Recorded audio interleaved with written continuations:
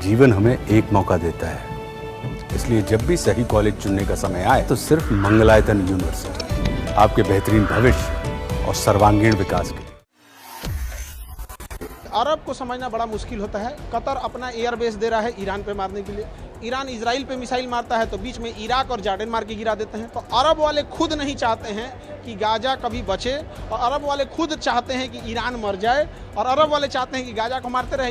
Iran से हमें petroleum मिलता है। जिस दिन ये चला गया उस दिन पेट्रोल खरीदने के लिए 150 रुपया लीटर खरीदने के लिए हम लोग को रेडी रहना पड़ेगा। प्रधानमंत्री ने भी इसमें पहल कर दी है, और हम सबको अटल बिहारी वाजपेयी का कथन याद होना चाहिए कि दुई राष्ट्र है तो दुई राष्ट्र हो।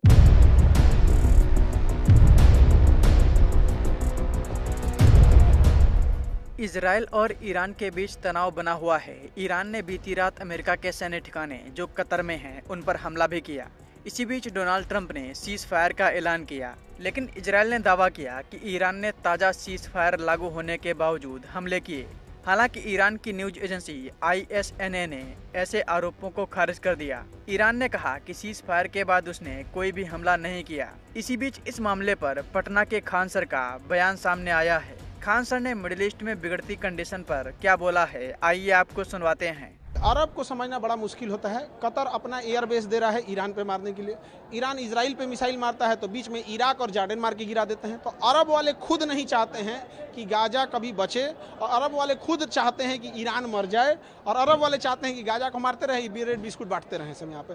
हमारे लिए जो ज़रूरी है, हमें हथियार और टेक्नोलॉजी के लिए इजराइल पे आश्रित हैं हम लोग, और पेट्रोलियम के लिए हमें ईरान पे है। सेंट्रल एशिया में पहुँचने का रास्ता ईरान है। व्यक्तिगत रूप से एक देश के तौर पर देखिएगा तो ईरान और इजराइल दोनों हमारे लिए ज़रूरी है, क्योंकि दोनों ने हमारा विकट परिस्थिति में साथ दिया। चाबहार बंदरगाह में हम लोग का अरबों खरबों के इन्वेस्टमेंट है। पाकिस्तान को काउंटर करने के लिए ईरान है। तो हमारी और एक स्पेशली भारत की भूमिका यही होनी चाहिए कि जल्द से जल्द युद्ध विराम हो सके, क्योंकि इसमें ना हमें कुछ मिलने वाला नहीं है लॉस के अलावे, क्योंकि ईरान से हमें पेट्रोलियम मिलता है। जिस दिन ये चला गया उस दिन पेट्रोल खरीदने के लिए 150 रुपया लीटर खरीदने के लिए हम लोग को रेडी रहना पड़ेगा। प्रधानमंत्री ने भी इसमें पहल कर दी है, और हम सबको अटल बिहारी वाजपेयी का कथन याद होना चाहिए कि दुई राष्ट्र है तो दुई राष्ट्र होगा यहाँ पर।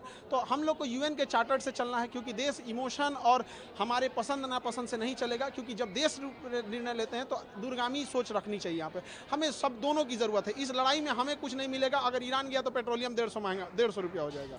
बता दें कि संयुक्त राष्ट्र परमाणु निगरानी के प्रमुख राफेल ग्रासी ने इस बीच ईरान के विदेश मंत्री अब्बास आरागची को एक बैठक का प्रस्ताव देने के लिए पत्र लिखा और ईरान और इजराइल के बीच युद्ध विराम की घोषणा के बाद सहयोग का आग्रह किया।